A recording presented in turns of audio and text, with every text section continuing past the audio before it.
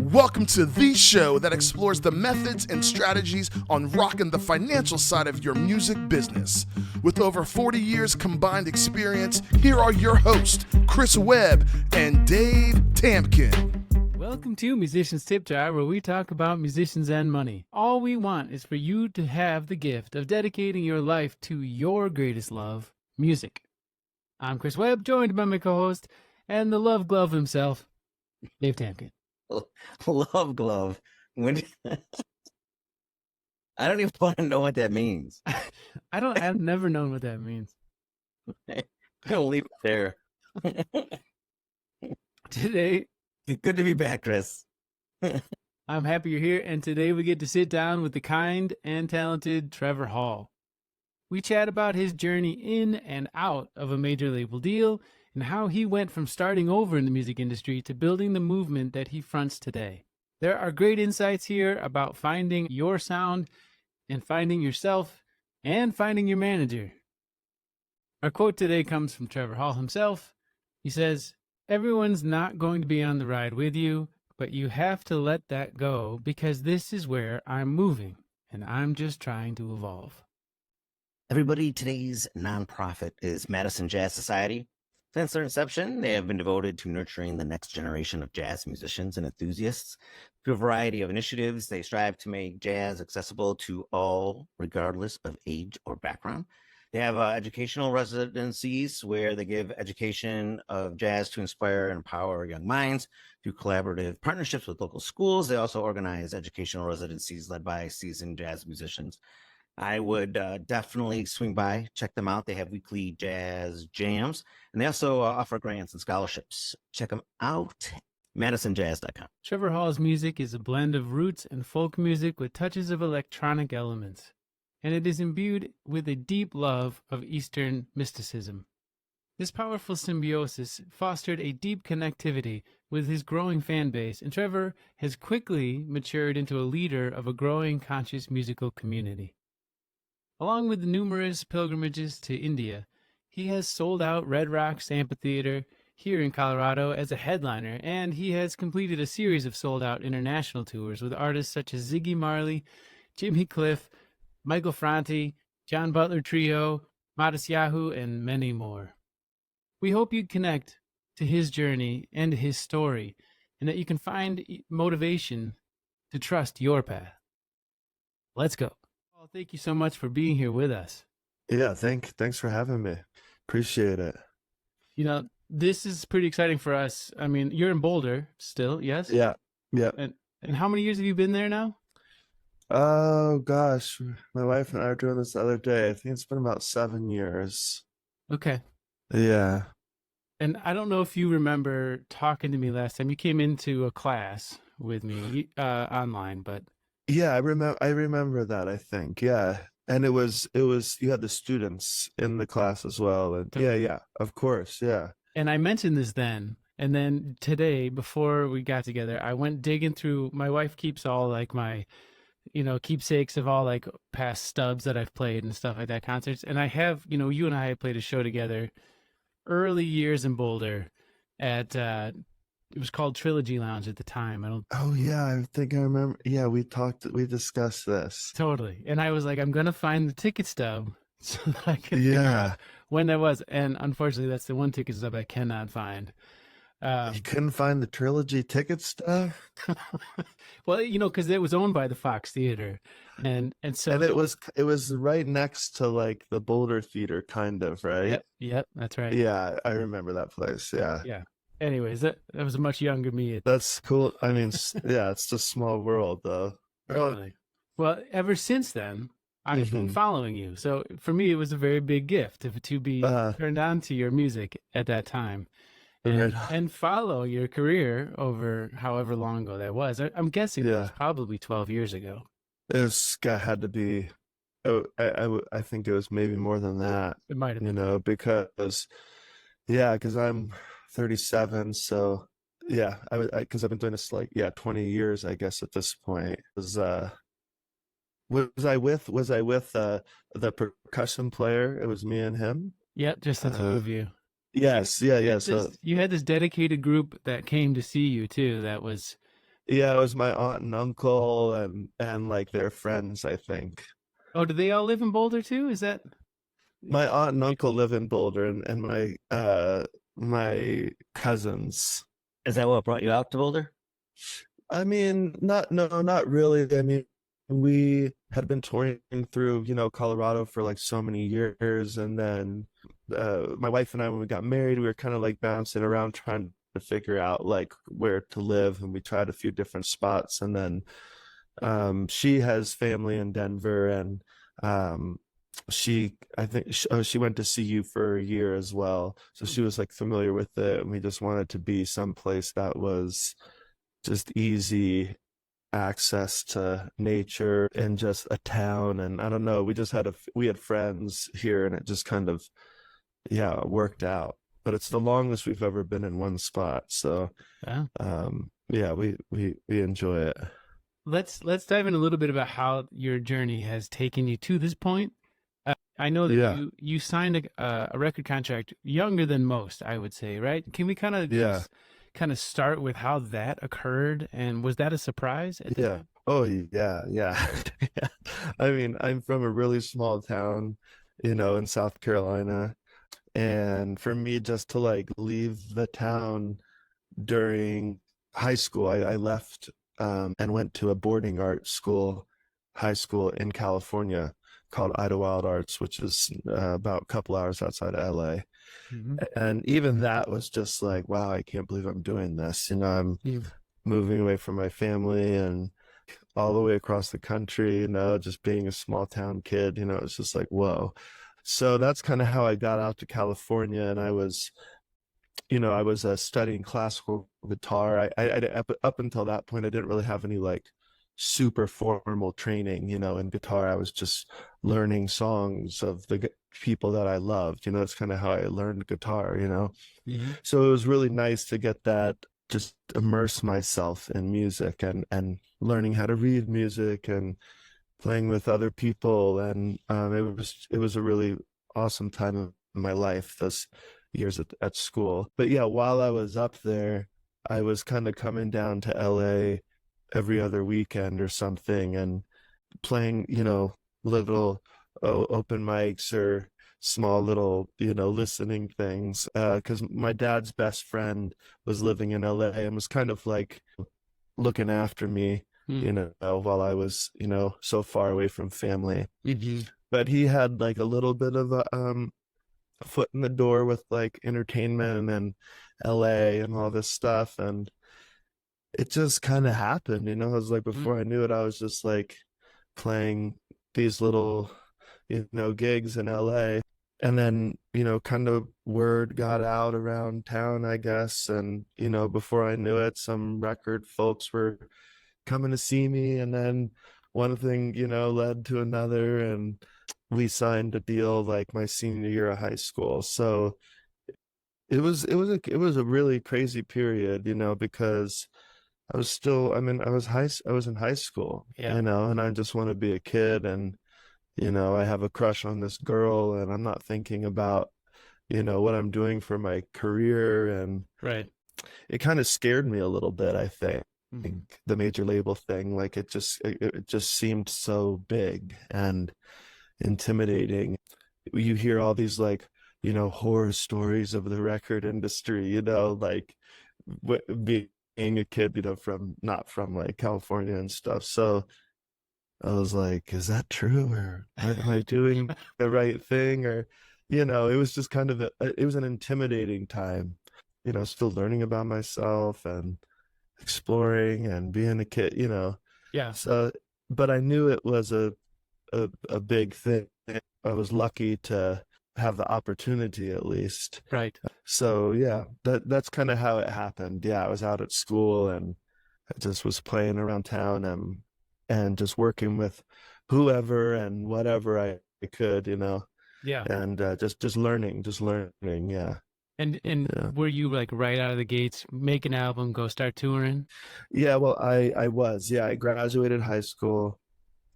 I, moved to LA, got this big apartment on the beach, like oceanfront, because I signed this deal. I got all this money and, it's like, this is you've made it type thing. Everybody's like congratulating me. I'm like, yeah, this is great. This is great. Started recording a record like right away in LA with this producer, and I was miserable, man. I was miserable. I was so lonely. I went to a boarding school, so all my friends, it's not like, you graduate school and all your friends are hanging out in town, they're from all over the world. Yeah. And I moved to this big city after being, nurtured in this artistic, environment of the school. And all of a sudden, yeah, I was like, yeah, just in my own place, didn't really have any friends in LA, didn't really know how to meet anybody, because I was underage. I couldn't go out to bars or club, or like, Yeah. so it was just kind of a very weird time, Mm. but at the same time, it was like everybody's congratulations, it's amazing, Yeah. it was a little, yeah, it was a confusing time. Yeah. Yeah.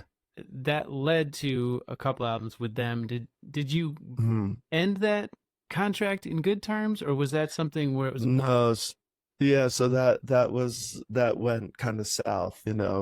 I graduated high school. I recorded a record with one producer, and then the president of the label at the time, who was into me and supportive, and they changed house. So a new president came in. Basically, a bunch of people, a bunch of bands got dropped, and they're kind of like, so I was kind of like starting from ground zero in a way. Just I felt like, okay, now I gotta have this person like me to like get a record out, even though I just made this record. Where am I? What am I doing? Type thing. They didn't drop me, but the president said, I don't like that record. I want you to do another record. So I said, okay. At that point, I was like, whatever. I was surprised at how like whatever I was. I think I was just like, by that time, so much time had passed and nothing was going on. It's just like, okay, well, yeah, let's get something going.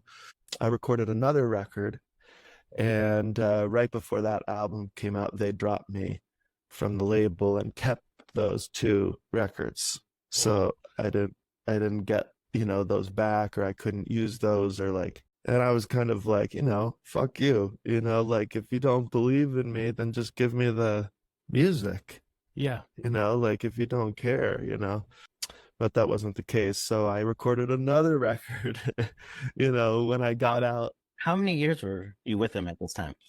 That's a good question, because it spanned over the course of like 3 years. Yes, because there was just so much limbo and so much like, the major label, it was just such this big kind of enterprise, and you're just, even though you're assigned to them, you're still trying to, get noticed and have people, get excited about what you're doing. So it was a long time of just kind of waiting around and wondering what's going to happen. So we just went on the road. That's all we did those 3 years. We just toured with anybody and everybody because I had to do something. So yeah, it was about a 3-year period, and then they dropped me because it was so, I was kind of, excited that they dropped me. I was happy. I was like, okay, finally, let's do something. And we scraped together, whatever money we had at that point, because by that time we were pretty broke. and we recorded in like a friend of a friend's studio, a little acoustic record, and that was kind of the first thing that we were able to get out there. It was kind of weird, being out on tour and everybody being like, where can I buy your music? And you're like, I don't know, actually, because I'm stuck in this situation. It was frustrating. I bet. So by the time that album came out, we were just stoked that we finally had something out there.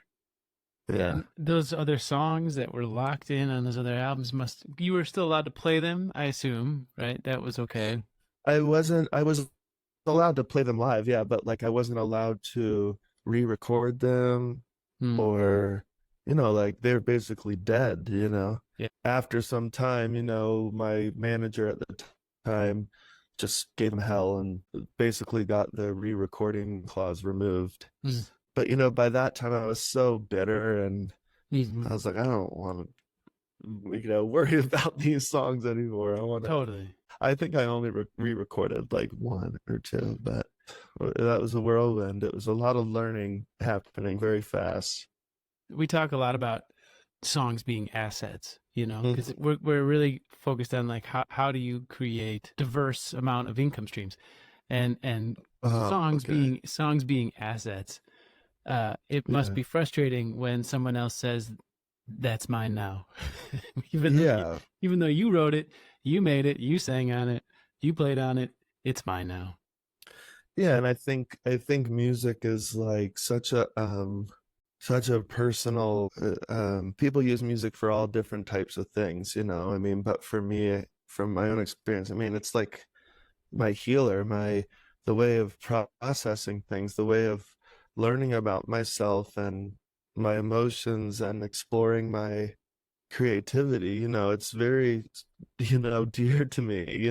Yes. It's not like I'm doing like a comedy album or like a gimmick thing, which I'm sure that's very dear to them. Yeah. I'm just saying, like, it's just very you know special to me. Yeah. So it's not just like an occupation or something like that. So yeah, to have somebody like not just take away your or block your like livelihood, but also to block you from the thing that heals your soul is like Yes. heart crushing. Yes. So it was very tough, very tough. It seems that, most of those early songs, I mean, even now, but when you were at that academy, Yeah, from what I read, you were getting into meditation and yeah. yoga a lot at the time, which is a lot about being present and healing Mhm. and, love and that soul searching that you're talking about, that you have so much meaning behind those songs. It has to be a struggle when that's where they're coming from. And then there's so much turmoil behind the scenes of people that aren't, nurturing that feeling as well. Yeah, for sure. I feel like if I didn't have those gifts as well come into my life, like being interested in yoga and meditation and things like this, it would have been even 10 times worse, because what I wasn't getting through, being able to put music out and have that connection, I was able to get through exploring my spirituality through these philosophies, and the yoga philosophy and through meditation and stuff. So yeah, when I look back at that time, I don't know what I would have done if I didn't have that interest as well. The other big lesson too is like, and it's something that I'm still learning today is, when you're inspired by these philosophies and trying to, yeah, just be the best person you can be, you're faced with so many different situations that test your inner self, I guess. And it would be so much easier sometimes, if I like didn't care as much, but you're trying to, you're just trying to be as authentic as you can, but also trying to navigate this world where there's like a lot of sharks, and there's a lot of, people that see you as a product and Yeah. not as just a person, or it's difficult. It's difficult. Yeah. Well, and I think what I love about that is that I feel when I listen to your music that I Mm, hear a lot of that journey and the attachment or the existence of your spirituality. mm, Obviously, that's been a big part, right? More recently, I always, as an instructor at the university, look for ways to help artists find their sound, their organic mhm, inner soul sound, and that's a hard thing to do. It's mm, easy to identify when other people have found it, mhm. but to find it is a very it's a it's a journey, right? and Yeah. and so when I listen to your music, I really think it's very evident that your sound, that maybe you don't necessarily see it this way, but I see it as you've really clearly found your sound. Oh man, yeah, I definitely don't see it that way. It's an eternal exploration, I feel like. And it's so funny because years been doing this and people that still what kind of music do you play? I was like, oh God, it's kind of like I don't know, it's this and then a little bit of, I don't, Yeah. just this last record and my I feel like my sound has changed so much and I'm trying to explore deeper into my creative journey, and sometimes that's hard because people are accustomed to a certain sound when they listen to you, Yeah. and they want that, but you as an artist have to, if you need to keep pushing, or you need to do that no matter what. And sometimes everybody's not going to be on the ride with you, but I think that's part of the process of yeah, I have to let that go because this is where I'm Yeah. moving, and I'm just trying to just evolve. Yeah. Can you tell a little bit about how you do that? I mean, Mm, when you're in your creative space, yeah, do you keep to a schedule on that, or is it more organic that you no. just find moments of inspiration and you just capitalize on them? I don't have like a set schedule or anything like that. Now being a parent too, it's kind of like, whenever you can get in here. I'm very lucky and grateful to have this space of the barn, that I've set up as my studio and everything ready to go, and I can come in and just start cook. Whereas before, living in our apartment and stuff, I had a little setup in the guest bedroom, but sometimes guests would come, and so a designated space help if you're an artist. I feel like it's nice to lay the ground. You don't have to, I think just by like preparing the space is like 80% of the journey, I guess, because sometimes I come in here and I just doodle around for hours on 4 or 5 different things and nothing concrete happens, Yeah. but it's not wasted. It's just feeling, putting myself in the environment, even if it's for, and I'll go in the house and uh cook mac and cheese for the kid and put him down, and or while the mac and cheese is cooking, I'll like come out here and listen to something, and Mm-hmm. maybe like lay down one line on something and then go back in the house and not touch that idea for, it's become it's become so much a part of my daily life. I think most importantly, yeah, is just creating that environment Yeah. is so important. Yeah, you're cooking on something, and then all of a sudden you get that feeling, like, oh, okay, I'm on something here, Yes. and then I just keep following it. I keep just building it, and I try not to think about where it's going to go, or Mm. what it's going to be for, or if it's going to be on a record or not going to be on a record. I really don't think like that at all. I'm just Yeah. trying to like follow this yeah this So, spirit. yes. Now, Sometimes it can be all over the place on like 5 different ideas at once, and sometimes it's one idea all day. Hmm. It just, there's no kind of like, I guess, set boundary on it. Yeah. have you been able to create that space in the music business side of your life as well? Having a team that you can trust now that you've gone, through the sharks, like you said. Hopefully I've gone through all the I think yes. I think I'm really proud of that. I think after just working with so many different types of people and being on a major label and then being on like a kind of smaller indie label and now being like an independent artist, and just kind of being able to learn from each environment, and also just being blessed with like people that are supporters of our music, that allow us to do this for our lives. It's just a miracle. But through all that, having the freedom to choose how I want to do things is just really magical.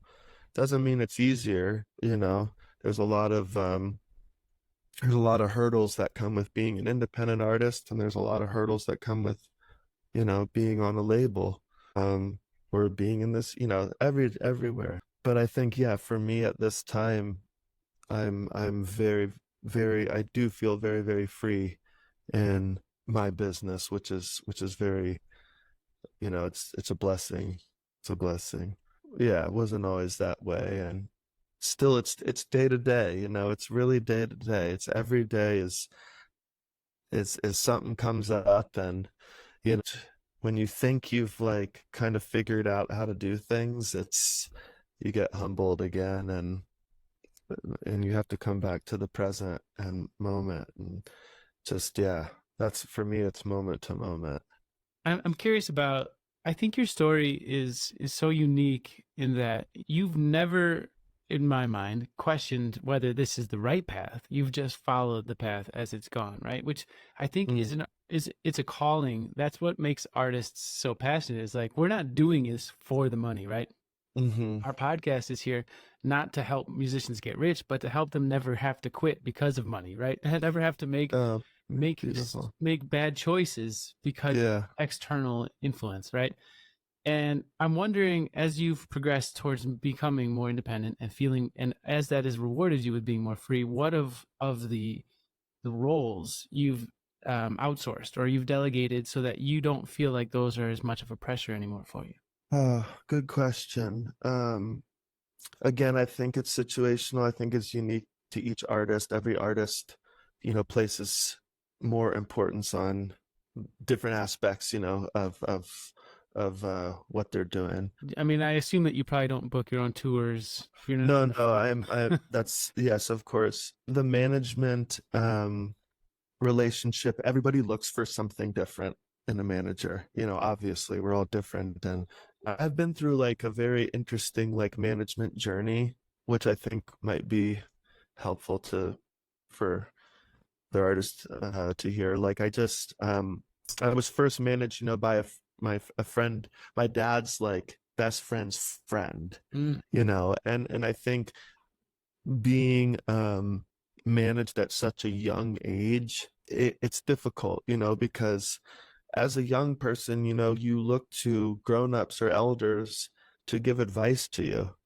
to learn from and to kind of follow their lead, yeah. and I think naturally being so young and having a manager that was like, a grown-up and elder, it really like muddied my decisions, because I'm basically following the advice of, who I think knows more and knows better, Yeah. which in some cases is true, in some cases is not. Right. And I think being a young person, a young artist, which is even more emotional than a young person, Totally.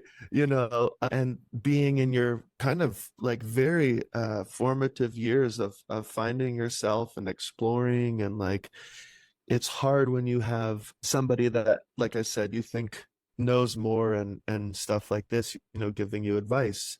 And then, when as you get older, you look back and you go, wow, I really like gave a lot of my power over to this person, because at the end of the day, they work for you. So it's kind of a very strange, and I'm sure it's strange for them too. I'm sure it's strange for that elder to be working for somebody that's like a kid, Yeah. so I have compassion for like both sides.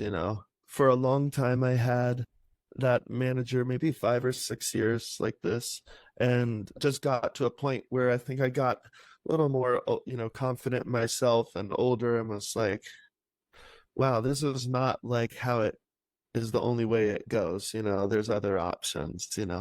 And so I left that manager, and I interviewed a bunch of different managers, and I went with somebody that I would never thought I would have gone with, somebody that was in like a different music scene, you know, in the rock world, but just had like this bulldog energy, which I really didn't have, and I thought, yeah, I need somebody to go in there and fight for me, because so I don't get screwed over and all this stuff. And then at that, realized that's actually not how I want to work. I want to, don't want to burn bridges and, be aggressive. You just kind of continue to learn, but it's hard because, you work with somebody and then you have your differences and you have to be strong and Yep. move on, Right. Then I didn't have any management. And my wife and I thought, we're going to just try to take care of this on our own for a second. Not as like the be all end all goal, but like to really understand. I realized I didn't really understand what I needed Mm. in my business and as an artist and all this stuff. Mm. So for about 6 months, my wife and I tried to basically just handle things on our own. And it was a nightmare. Yeah. It was just, Mhm. I was at the computer all day, no time for creative, Right. process, and was bogged down with all these questions and things that I just didn't want to deal with, and I gained a lot of compassion for how much a manager does. And I learned a good manager, I learned what I needed, what was most important to me,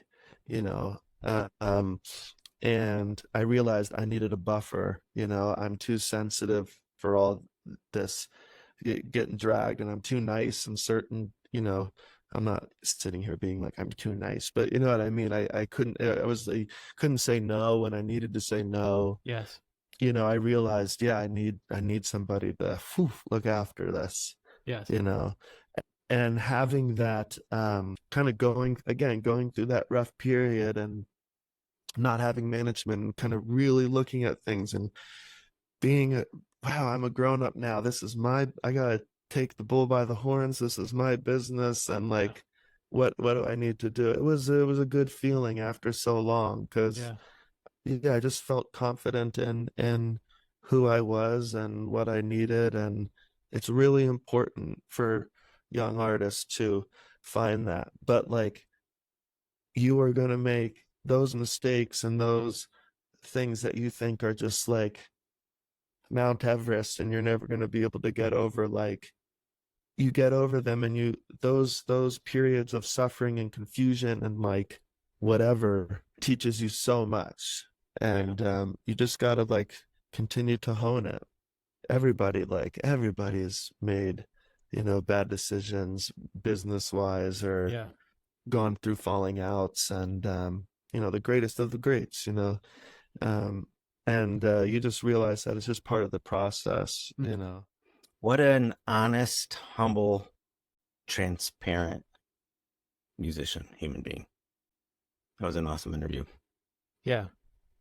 Well, and it's funny because it's an example to me of how you can have such crazy stories and yet we can all still somehow relate to that human element of like we're all just trying to do something with ourselves and with our being, who we want to be.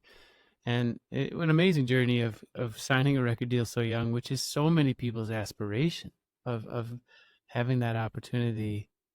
I mean, that's when for me, that was when I felt so strongly, this is what I wanted. I wanted it so badly, and I would have done anything for that record deal opportunity. And I'm sure a lot of people feel that way too. And then to hear him tell that story as it was confusing, he was lonely, he was feeling lost, and all of that just sort of ended in a way that made him have to start over again. I hooked onto the part where he was talking about his dad's friend and how his dad's friend knew people in the industry, and how much you talk about how it's so important to network and how connected he was in the industry to then have a friend who had a son who was as awesome as Trevor. Yeah. And the importance of always networking and staying on top of the industry. Right. And we learn from every situation, whether we're working with people that we work well with or not, and whether they're the right fit for us. We're always learning something from every situation. So you don't always have to, it doesn't have to be so cut and dry with how you interpret these experiences. And I think he does a good job of that, of he learns empathy from everything he doesn't like, and he leans in towards what he does like. I think that's a really good way to approach all of these kind of situations, because they're gonna happen, right? If you're Yeah. pursuing anything hard, these things are gonna turn out poorly often, and you're gonna have to learn from it and get up and do something else and try again. And having to start over broke, and and redefining what it is he's going to do and who's going to help him do it. I mean, that was awesome. That was an amazing thing that he was able to just, and I'm sure it's easier to tell the story than it was to do it in the moment, but it was inspiring how he kind of pulled himself back up and started just pushing forward again because of that center of that love of music, that one thing that is undenying inside of his soul. He said music is my healer. It's about learning about myself. And he said it more than once how very dear it is to him. So that was that is his foundation for getting up every day and playing. And then all these other things, as they started to fall in his lap early in his career, later he had to fight for them to continue that journey of making sure that what he cared about so much was in the forefront. And I feel like we should take this moment to mention too that before we get past that point where he was talking about losing the rights to his songs, and often as artists, we don't think of our creations as assets, right? We don't, at least not in the creative portion of them, for most of us, and that's how it should be in my mind. But once you get to a point where they are factually assets, and somebody's trying to tell you this is no longer yours, you don't have the rights to it, it's a very unique place that we as artists exist, because they're emotionally attached to us, and then they're financially attached to us, and there's a challenge for us to find a way to detach emotionally when these kind of situations come up, and you have to let them go. Like a relationship, you have to let them go in certain circumstances like this. He just had to move on, and that's really hard to do. That's a tough thing to do emotionally and financially.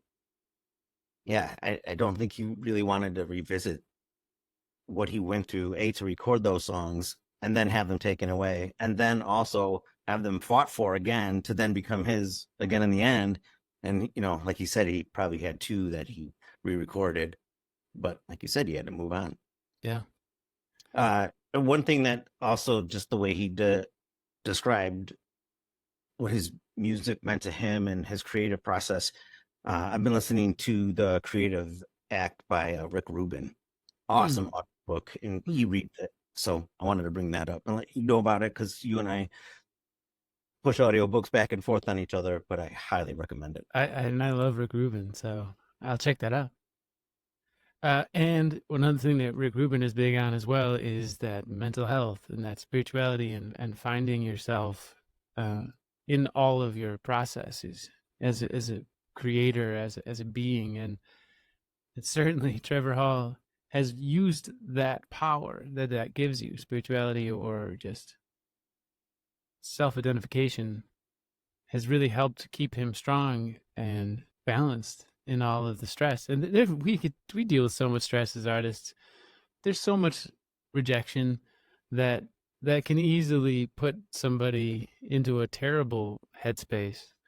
And there's so much pressure, and on that balance of trying to be a business person and an artist and a creative, it's a really tough balance to continue staying positive, staying clear, staying calm. There's a lot there. So I think that's it's a great example that this does work, that there is a balance, that you can sustain yourself a little easier with that mental strength and health that perhaps is provided with certain mental health strategies and spirituality. Much like how he said, setting up his room, the barn across from his place, that he can set up an environment to make music and have that accessible for it to be a comfortable place for that. Mm-hmm. And I asked, has he set up the rest? I went straight to the business question as far as the team he works with. Did he set up his team like that now, going through what he has gone through to set himself up for success? But along the lines of the mental health, it's the same thing. You're only as happy as, your 5 closest people. How happy are they in your life? And may it be your spouse, your partner, your best friends, your bandmates, your business associates, your manager, your booking agent. So it's who you surround yourself with too helps with that mental aspect of showing up and just wanting to be happy, clear enough to have creativity come through you, and then be able to show up for all those gigs and for the business. Because once you get as successful as he is, he has to show up for his booking agent. He has to for his manager. And now we'll find out later, but 2 new additional family members and, his wife as well. So there's a lot that comes with that. Yeah. And this is funny because it's also true with his sound and the integrity of his, what we can look at as his brand, but to him, it's him, right? It's his creative being. And when we asked what his sound was, or that, to me, his sound is very definable. And he gave the same answer that everyone we've ever asked this question to gives, which is, I don't really know how to define myself, right? And that's it's totally fine because the market knows how to define you. And truthfully, like, we put too much importance perhaps on being able to define ourselves. Like, that's less important as letting the world get what you're giving, and with showing up, there's so much of that. You're having to just trust that what you're creating is going to be something. and it's those people that are willing to do that despite not really understanding it, I think, that end up finding something new. And, we always say that the world is not looking for you to come out and do what everyone else has already done before, right? No one's really interested in that. Truthfully, they want you to come out with something that is all you, that is totally different. And so you do have to dig into some place that you can't define until you find out what everyone else thinks of it. Yeah, agreed. So then what would you say is our action step for this episode? Yes. So take inventory of your current team. And we'll talk more about this in the next episode too, but this can be your family, your friends. This can be where you're at right now. We're not asking you to dream of your dream team, right? This is taking inventory of your current team and in whatever capacity people help you with, but take some time to step back and look at this and the system in which you have in place, because you do have a system in place, whether you're doing that intentionally or not. You have a system in place. And are they aligned with your greatest love, music? Are they helping you get to what it is that you are trying to achieve in the moment? Not your future success, but are you getting the results right now that you want? And is your team helping you get that? Because it might be time to make some adjustments to honor this path. And we know that your time is valuable, and we appreciate you spending this time here with us and being a part of this community. It's our hope that you feel that sense of community here at Musicians Tip Jar, and that you'll help spread the word to make it stronger. If you'd like to get a hold of us, what's the best way to do that? Email us at musicianstipjar@gmail.com, or check us out at musicianstipjar.com, where you can also find resources and discounts we have for our listeners. And we have a free download of our budget and forecast tool. So sign up for our newsletter and you'll get that within 2 minutes of signing up. Excellent. And if you find this information useful, please take a moment and rate and subscribe to the podcast so that we can help keep you up on the finance side of your music business. As always, remember, there is already enough for everyone. You just need to know how to get it. So until next time, on behalf of Dave Tamkin and myself, stay happy, healthy, and wealthy. Follow your path, and the right people and opportunities will come along. This is Musicians Tip Jar. Sweet. Nothing on this show should be considered specific, personal, or professional advice. Please consult an appropriate tax, legal, business, or financial professional for individualized advice. Individual results are not guaranteed, and all discussed strategies have the potential for profit or loss. The hosts are operating on behalf of Musicians Tip Jar LLC exclusively. See you next week.